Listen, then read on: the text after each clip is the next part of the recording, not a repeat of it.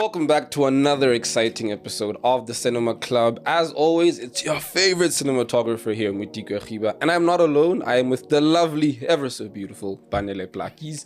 Thank you. And today we have an interesting film for you guys. Now, usually we tend to make reviews on films that are on Showmax and other sorts of platforms, and they're really well funded. But today we have an independent project for you guys. B? We are taking you to rural Durban with Shutup Men Are Talking.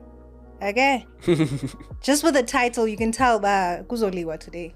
I'm kidding. But yes, we're dealing with heavy topics of misogyny, of toxic masculinity, and we're diving into this rural setting, very traditional space, and we're going to unpack it, starting off with the camera work. Would you like to lead us into it? 100%. So let's get into it. First, honorable mentions to the director, Chris Q. Radebe, and obviously the starring actors in it being one, Wiseman Ncube, Joanne playing our protagonist, Nontobeko, and honorable mentions to Lungelo Mpangase as well as Dawn Thandeka King. Really amazing cast. Stellar Absolutely cast. amazing. What beautiful work. Right? Whoa. Now, with the film, when it starts off, you get this really, really amazing drone shot of the village. Of the village, yes. You know, it's like really beautiful, really rich, gorgeous. lush. I think one thing that really stands out about KZN is the valleys, man. It's green, it's lush, and it opens up with the ladies or the wives. I think they were doing laundry at the river, yes, you know. So obviously at first you kind of think it's like a gossip session kind of thing, just because of like how it's framed. You have these ladies talking about the most random thing that day. And I think what they really tried to do with the camera work as well was they tried to bring you into a sort of space of familiarity. You know, it wasn't like really held far back. It was really, I'd say, personal rather than being impersonal. You're brought right in, and I think for the most part it was kind of handheld. Because there's a lot of emotion that is being foreshadowed in this film, because it does deal with some very, very, very, very hectic topics. And yeah, I think it came out really stunningly. Beautifully so. And what I loved with the extreme wide shots and the drone shots that they've taken, it's sort of a way to pivot us and show us what we will be working with. Yeah. And then the camera just zooms into the scene slowly from an extreme wide shot, showing us everything and everyone in the scene, how they situated to the personal closer up shots. I think that was really well done. It was a beautiful way to bring in the viewer into the story, because I think it causes us to focus a bit more when we see the bigger picture into the tight shots. I think that was beautifully done. And they used a lot of movement when it came to the hectic scenes, like the scene where Nontobeko was beating her late husband's brother. I was cackling, but at the same time you see and you watch the camera shake and move, you know, showing off the emotions behind everything. I thought that was beautifully like placed in that space. 100%. Wonderful. Also, there was quite a bit of foreshadowing as well in that as well, you know, in terms of whenever we're building up to some real intense scene, the camera starts to shake a little bit. And the music comes up. Yes, you know, the music starts to come up as well. Through. Also, the things that they would show us as well, like the clock every so often in the film. And I remember when I was watching it, I was thinking, what's the significance of this? Because at first we got the foreshadowing with the gun at the beginning of the film, and then we start seeing this clock showing up over and over and over again. And I'm like, what's the significance of this? I will tell you what I figured out about it as we talk about the script, but it was really interesting. You know, they really did try to implore some semiotic elements in there, not just make it like a telenovela or soapy, but again, just make a masterful piece of art. And they did that's dope. Okay, so the themes that we were dealing with was misogyny in patriarchal societies. And also they were addressing a lot of toxic masculinity in the film. Is there any other theme that you were picking up on? The silencing of women? Yeah, I think the biggest themes were just the intersectionality of patriarchy and misogyny, particularly in like rural culture. Yes. I think also with it being a true story as well, I was very interested or keen to see how it would actually unfold, and would they keep the realness of it there, or would they kind of like glide around it? Yeah, you know. So yeah, I think the theme those definitely stood out the most. They did stand out quite a lot, and it's very important themes, especially in the now that we are living in with the GBV going on in South Africa. And the reason why I say it's very important for these themes is because it's a lived experience for South Africans today. It's not just a thing that happened in the rurals in the traditional times. We're still struggling to be heard as women, and it shows with our petition not being signed and everything, and all of that being rejected. Yes. The petitions were signed, but it was still rejected by the government, and I think that's a very sad thing to live in today. It's 2025, but we're still struggling with such things. So women, your voices are very important. So continue speaking and standing up for one another. It's very beautiful. The purple that is incorporated into South Africa 100%. Today. So I think what was also really cool to see was just how they let the character sort of unravel or unfold in the film. Because I think with the idea of her being a widow, the first thing I was thinking about was, how are they going to portray her? And also, what is that moment going to look like when she finally decides to take her power? Because I think a lot of, I'd say criticisms or like thoughts on like misogyny and patriarchy is a thing of none of it is real. You know what I mean? Like, it's not rooted in any sort of realness or fact other than because people wanted to or men wanted to oppress women, you know? So you see it with the chief where they're trying to implore these structures of, no, this is the council and you can't do this, the council. But then the guy that ends up doing unspeakable things to her is a friend of the chief, and he has a wife and says, no, women aren't supposed to do this and this and this and this, only to later have that unravel where he now wants to get with her, you know, and he's like, no, actually, no, don't worry about her, she's just a child, what does she know about this? And you're like, there's no realness in this. Like there's absolutely nothing other than just the desire to sort of put people down. So to see how she was then able to sort of grab onto her power was one of the most amazing things of that film. And fight, I think it's very beautiful to see one singular woman standing on her own to 100%. ensure that she's being heard. Very powerful. Very, very powerful. Lovely. Now, with it being an independent project, right, there's obviously quite a few limitations as far as how much you can light your scenes and what kind of control you have over your lighting. So quite a bit of it was mainly daytime, natural light, sunlight used in terms of the lighting. Obviously, you can modify it a little bit with, you know, reflectors and polyboards and a little bit of diffusion, muslin, all that sort of stuff. So I think in terms of it being an independent project, lighting is always one of the biggest technical problems or financial problems that you face, because with light, it's not just the lights, it's the light, how do you power it, what do you put it on, and how many of those things you can have and how many lights you can have, you know what I mean? So I think instead of fixating on that, they really did lean into using natural light a lot more. They did.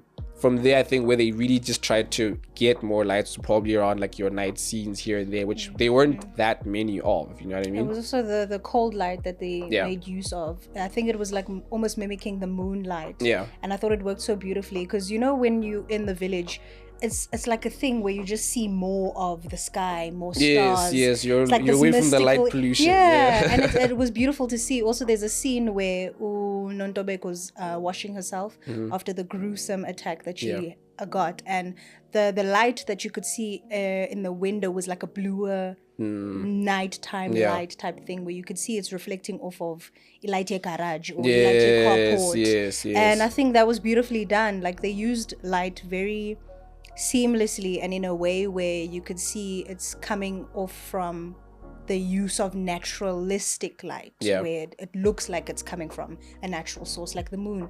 And they used a lot of the sun, especially with the shots where they were panning through the trees into the scene. I saw that was beautifully done, by the way. DOP, shout out. And they pan into the scene and you see that the sun is behind, or rather in front of the camera, and it's part of the scene because it glistened and you see the sun rays. Backlit, it made it so mystical and beautiful. And they use that a lot in scenes with Umhlonishwa and Nontobeko. Because of that romantic feel to it. So, that was beautifully done. In terms of art direction, I think what stood out the most was the opening scene. I think all the ladies, you know, in the pinifa, you know, all these different colors. I think really spoke to some of their personalities as well. Because I think the other thing in terms of portrayals of village life or village personalities is a lot of the time it's only ever seen as, oh, there's city life, then there's poverty in the village, but we forget that there's personality in that, you know what I mean? Yeah. So I thought that was really cool. And then also I think a lot of the brighter colors were, I forget the guy's name, where Lungilo's husband in the film, that guy. Yes. Ooh, Manglinza.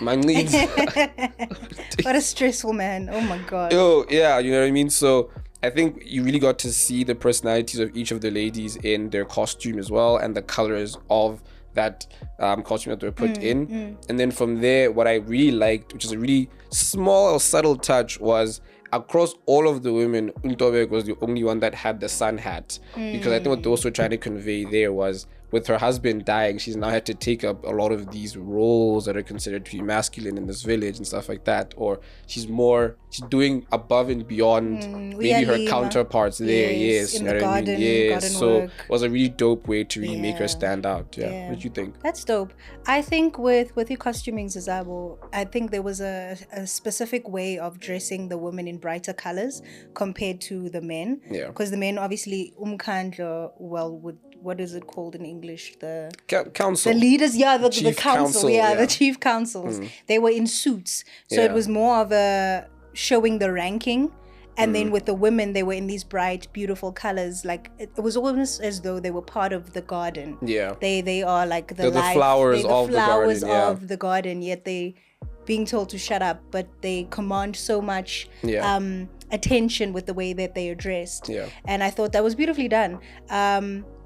Moving back to art directing, the scenes in the household, I thought they were so beautifully set up with the frilly curtains. Oh yes, they really sold it. Yeah. They were like, we go into village life, and it looked so realistic and so beautiful. Every house had its own characteristic. Yeah. With Kwenzekile's household, she also had it's Emet. Oh yes, on the thing. Yeah, we call it umkuko as close. I don't know what it is in English, but it's like a timber mat that she used also as a curtain, and I thought that was so beautiful. It was a nice aspect to bring into the scene, because I noticed it. I was like, cute. Yeah. Cute. So yeah, I think they did really well with art directing and costumes. Yeah. Anything else that you picked up with the costumes?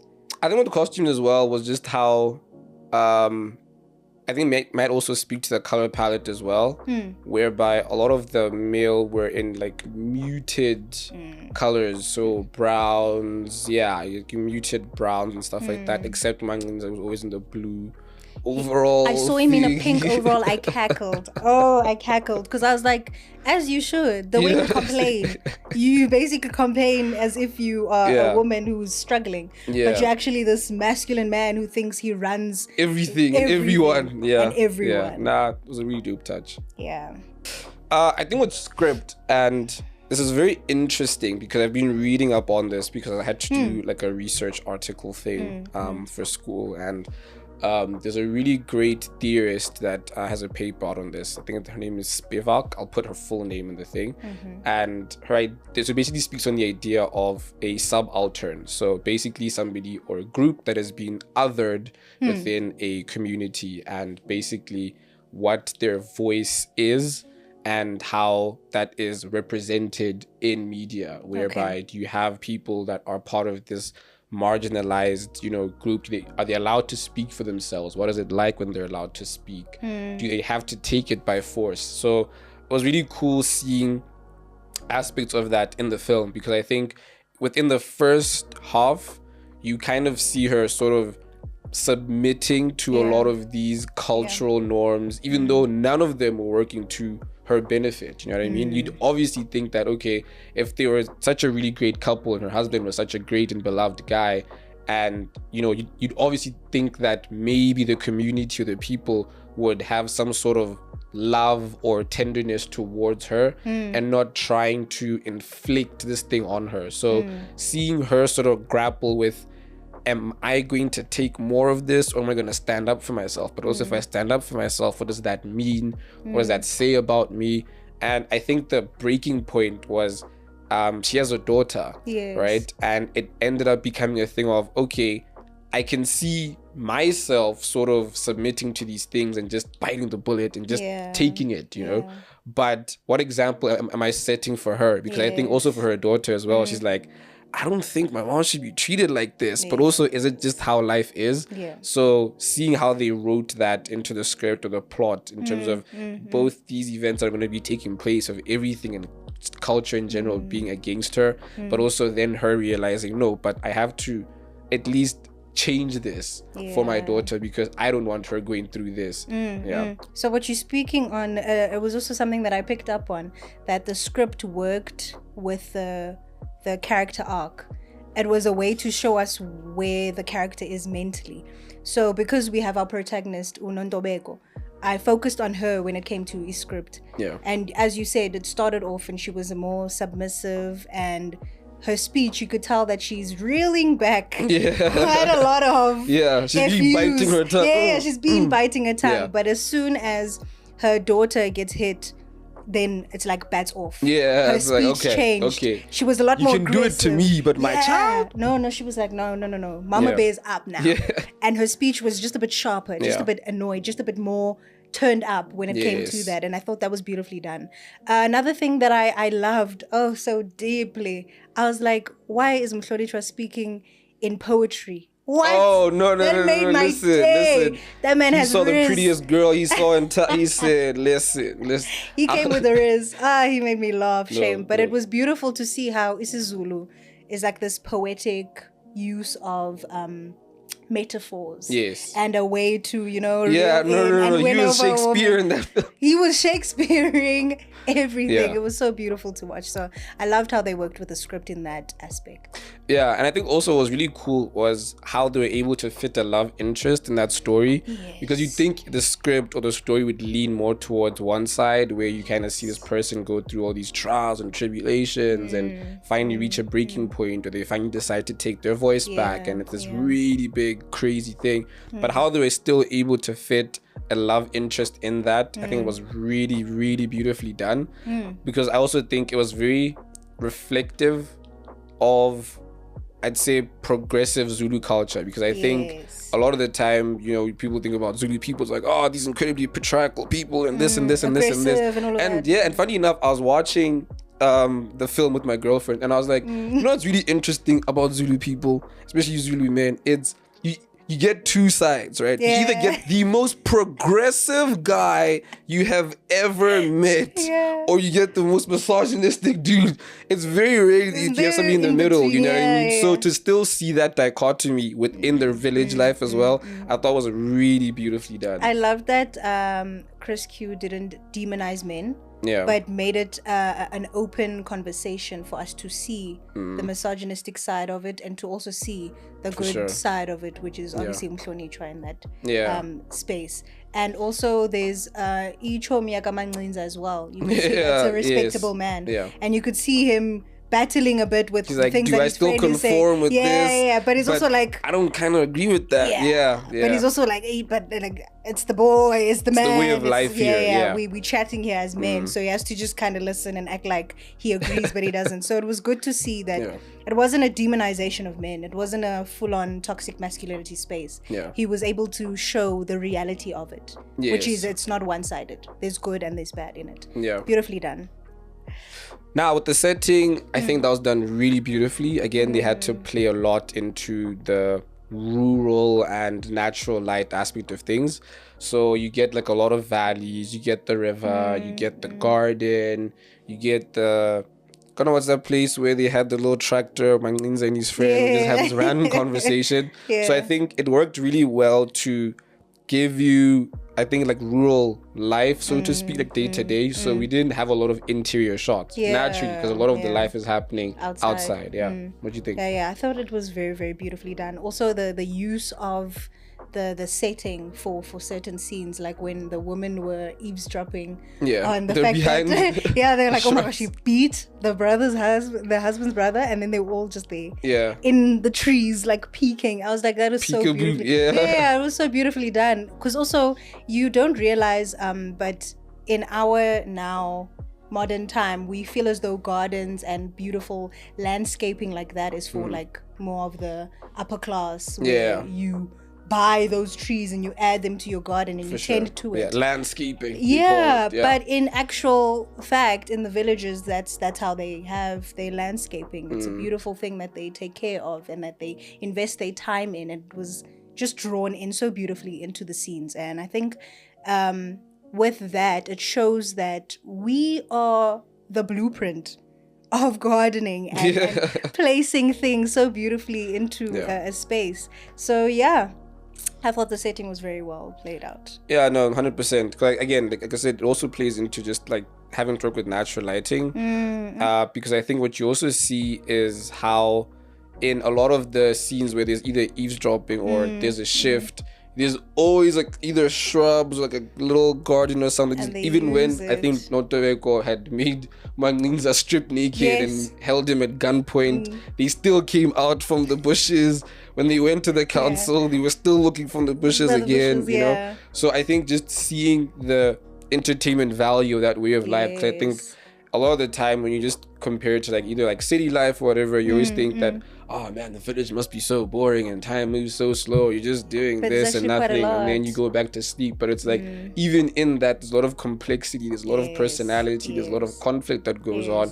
Maybe some of the conflict is things where you're like, come on, you know what I mean? But it's like, that's life, you know what I mean? So I know what you were saying reminded me of the scene where Ukwenzekile is busy watching the brother dance when he's spending time with the men drinking, and she's just there touching the shrubs, like touching the flowers. I'm like, what are you doing to the flowers?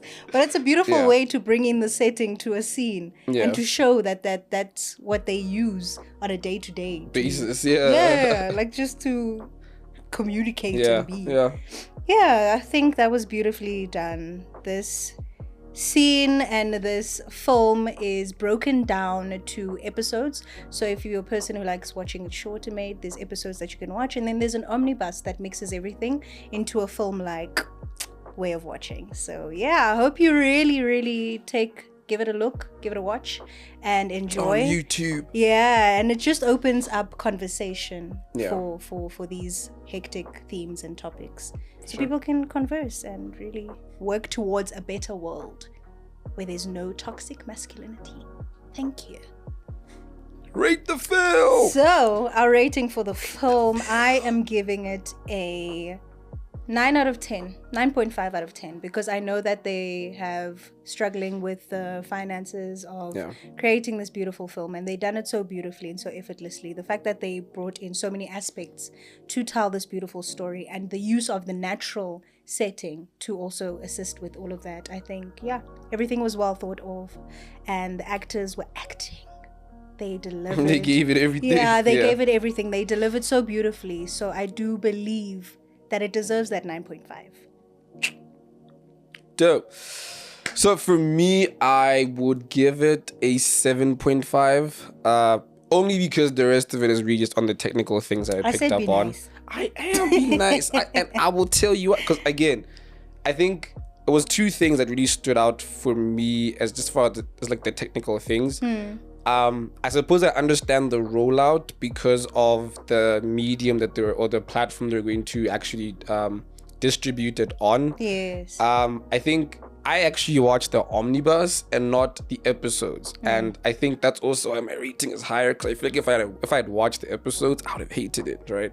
Because the thing is, the episodes if you have a full film and then you just cut, which isn't really how you'd want to write something if you're going to make it episodic. Like, there has to be a resolve for each episode, even if there's a cliffhanger or there's something that continues. Fair. It can't just be like a TikTok thing where it's like, okay, cut, that's episode 1. It's like, whoa. But how long are you rating them for thing, that? You know what I'm saying? You're rating them for that instead of the omnibus that you watched. No, that's what the thing is, if I'd watched it would have been worse than lower. Yes. That's all. Like, because I was able to watch it, because then the other thing was the ending of the omnibus wasn't there. I suppose there's an episode that's still yet to come out, so also it's incomplete to me because I really wanted to see what that ending was going to be for Nontobeko and patience, Mo. Hey, I get it. But this isn't taking away from how great the film was, because I'm an independent filmmaker as well, and seeing the amount of effort and hard work that was poured into an independent project like that, listen, nobody will know the amount of freaking asking and pulling favors and all these things that had to take place behind the scenes, because I think sometimes people tend to give like very low ratings on technical standards and stuff like that, just because. But I think when you also kind of have an idea of what it was probably like just to put that together, especially with the cast that you have, because all of these people are basically like A-list South African actors and telenovelas and soapies. So for them to also be able to say, okay, this is probably not a project that's going to be big at this moment right now or pay me well, but I'm gonna section out this amount of time in my schedule just so that we can create this piece of art, this film with, you know, together. So you really got to see the camaraderie as far as artists in the industry to be able to come together and create this film. Another special or rather honorable mention is probably for Thandeka's character, where she basically sort of, I don't want to say manipulates, but sort of guides Wiseman's character to sort of pursue the girl or stand against the system, because I think there's a moment in the film where he finds out that he's not the chief's only son, and he's like, yeah, these men are busy just effing around everywhere, making babies, all these crazy things. And at a certain point in the film, you almost feel like every single woman in this film has sort of accepted this. But then what you also get to see, and I think what's not really considered or spoken about, we have a lot of these conversations on misogyny and patriarchy and stuff like that, and you have women that perhaps seem like they've not necessarily are okay with it, but have sort of accepted it as a circumstance. And I think with any struggle, there's a certain level of, I have to take this just so that this movement can progress forward. So I think with her character specifically as the chief's wife, and with Wiseman going, mom, so you knew this guy's just having killed. Why would you stay? Why would you not fight? Why would you not do this? You know, we always want a revolution. But if you see how she plays men, you start to realize that if you really look historically, in a lot of cases, you have these amazing matriarchs that couldn't necessarily fight the system or the status quo head on. So instead, they sort of weave certain things and weave certain actions out of men, like kind of like where if a guy is trying to, if it's like they're trying to convince a certain guy to go to war or something, and they go, oh, so you're gonna let another man take your cow and you're not gonna do, it's like, nah, actually, you know what, I'm not gonna do that. So seeing that subtleness in terms of how you still have women playing these really big roles in creating the shift, while it might not be the radical thing that we want and hope for and expect, they're not doing nothing. And I think that's what her character served. She's like, listen, I've put in my fight. This is as far as I could take it. But what I will do, I will advise the next person. I will still be part of helping change the status quo that we have here. I think for her, the assisting and the helping for change was to raise her son. Yes. To stand up to the father. Exactly. And I think she was proud of herself that when she saw it happening. 100%. So I hear what you're saying with that aspect. But I think it wasn't a thing of her not wanting to stand up against. It was a thing of realizing the powers that are around her. Yeah, and 100%. how much there's just no hope. Exactly. So it's not a thing of accepting. It's a thing of just being out of hope. But also it's a thing of, this is what I can contribute from where I am, you know. So that wasn't lost. And I really hope if you guys watch it, y'all see that. It was really beautifully done. And have conversations about it. Let us know what you feel and think below the YouTube channel of ours where this will be playing.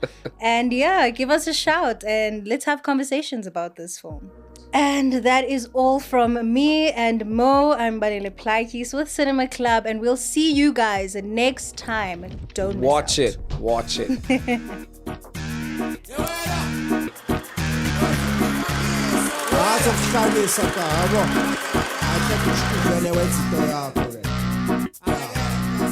Pull the cards and offer.